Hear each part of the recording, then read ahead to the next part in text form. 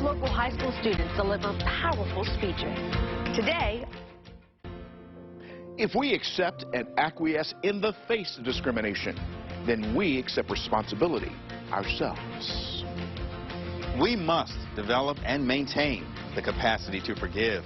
He who is devoid of the power to forgive is devoid of the power to love. There is some good in the worst of us and some evil in the best of us. When we discover this, we are less prone to hate our enemies. If they don't give you a seat at the table, bring a folding chair.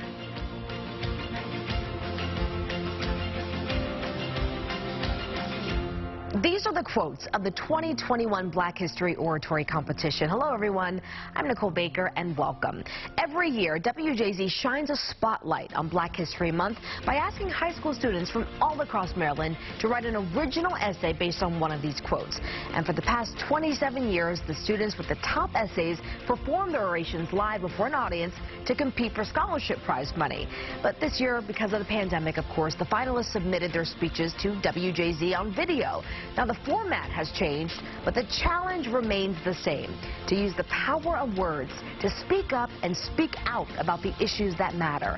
And now we're proud to introduce to you these amazing students as we celebrate Black history and, for the first time in our history, announce the winners of the Black History Oratory Competition right here on WJZ. It is not privilege, but persistence that will result in the change we desire. Tyler rushed over to me, no longer as a tyrant nor a gladiator, but as my brother. He saw the tears streaming down my face. He carried me upstairs like a wounded soldier from a battlefield.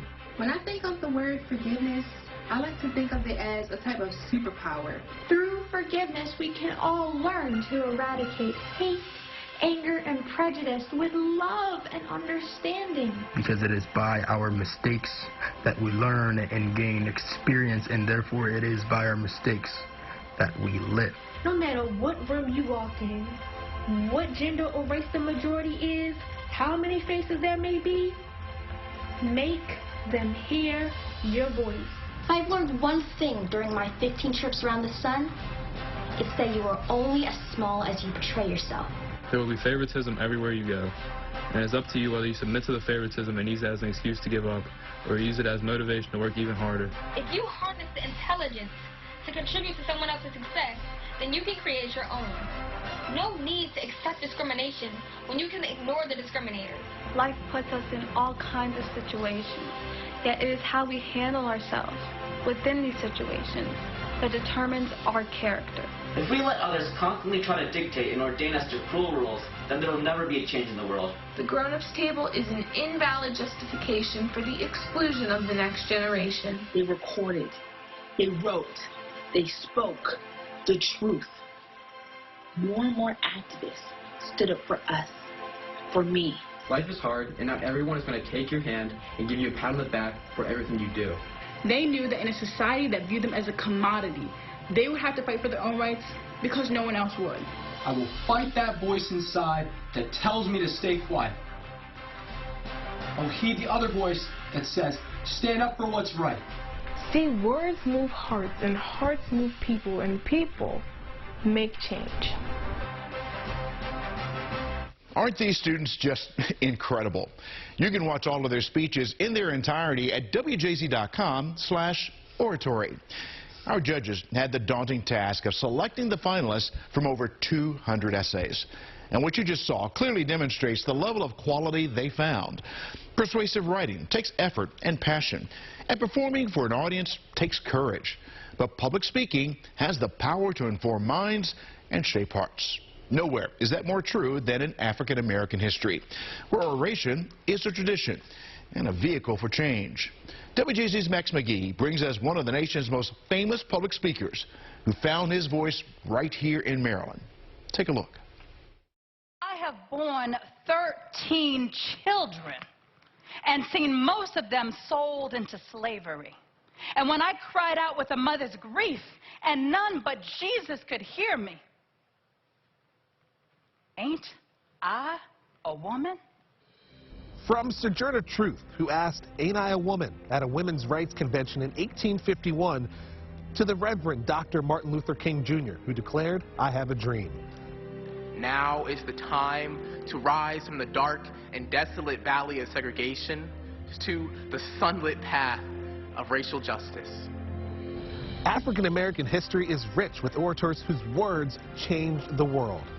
But perhaps none is more relevant to this tradition than Frederick Douglass, whose presence at the podium helped change the national conversation about slavery. Born on the Eastern Shore, Douglass learned the alphabet at age 12 from the wife of his Baltimore slave owner, who swiftly brought lessons to a halt. Determined to read and write, Douglass learned any way he could by copying signs at the shipyard where he worked, even by challenging white children in his neighborhood to outspell him. Douglass would later refer to literacy as the pathway from slavery to freedom. And in 1838, he used the identity papers of a freed black sailor to escape to the north out of Havre de Grace. His public speaking career began when the abolitionist William Lloyd Garrison first heard Douglass describe his personal experiences with slavery. Astounded by the emotion Douglass drew from the crowd, Garrison wrote, "I think I never hated slavery so intensely as at that moment." He asked Douglass to travel the world as an anti-slavery lecturer, and Douglass spoke boldly, often risking his own safety to do so. But perhaps the boldest speech he gave came in 1852. Invited to bring the keynote address at an Independence Day celebration, Douglass boldly asked, "What to the slave is the 4th of July?" This 4th of July is yours, not mine. You may rejoice. I must mourn. To drag a man in fetters into the grand illuminated temple of liberty and call upon him to join you in joyous anthems or inhumane mockery and sacrilegious irony. Do you mean, citizens, to mock me by asking me to speak today? Frederick Douglass wrote a best-selling autobiography and advised President Lincoln, but it's his personal story and how he told it to a public audience that make him one of the most important public speakers of our time. And WJZ is proud to bring the tradition of oratory to our young people. Before we take a break, though, it's time to announce the third place winner. The third place winner receives $200 from WJZ and a $500 gift card courtesy of Toyota Financial Services. Here to announce this year's winners, we have former oratory competition winners standing by. Guys? And the third place winner is Taylor Mason from North Hartford High School. Congratulations. Job well done.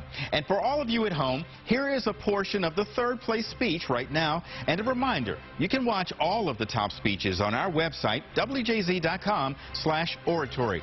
We'll be right back. My aunt's grandfather clock strikes 5, signaling it is time for Christmas dinner. The formal dining room is decked out with beautiful garland and an extravagant gold tablecloth. Each place setting is made with the finest china, the silverware shined by hand. My relatives fix their plates and take their designated seats in the modern equivalent of the Palace of Versailles. I saunter in behind them, only to be abruptly turned away and sent to every teen's Christmas nightmare, the kids' table. I trudge down the steps of the basement to see a few flimsy card tables with cheap paper tablecloths and folding chairs. As I begin to eat my food, I wonder why I cannot sit with the adults, even if I have so much to say. Children and teenagers deserve to have a seat at the grown-ups table because of their innate advocacy for positivity and inclusivity, qualities our world desperately demands. At 8 years old, Mari Kopeny wrote a letter to then President Barack Obama, encouraging him to visit her town of Flint, Michigan. Since the switch of its source in 2014, Flint's water has been contaminated with lead. The residents cannot even drink a glass of tap water without risking their health. Safe drinking water has become a forgotten privilege among Americans, but Mari, now 13, has made it her mission to restore her community. When asked what her local and state officials were doing to solve the crisis, Mari exclaimed, "Well, they never did fix it. So I said, well, you have to listen to me because I'm a kid." Because Mari did not listen to the adults who discouraged her, over $500,000 has been raised for water filters and school supplies for the children of Flint. Mari's tremendous contributions towards clean water for the citizens of Flint is one example of why children are the fuel for change in our communities.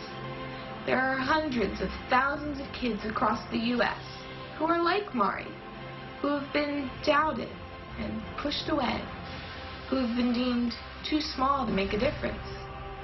Time and time again, society says that children are our future, the trailblazers of tomorrow. You're watching the Black History Oratory Competition Special on WJZ. Brought to you by Toyota Financial Services, making life easier for youth.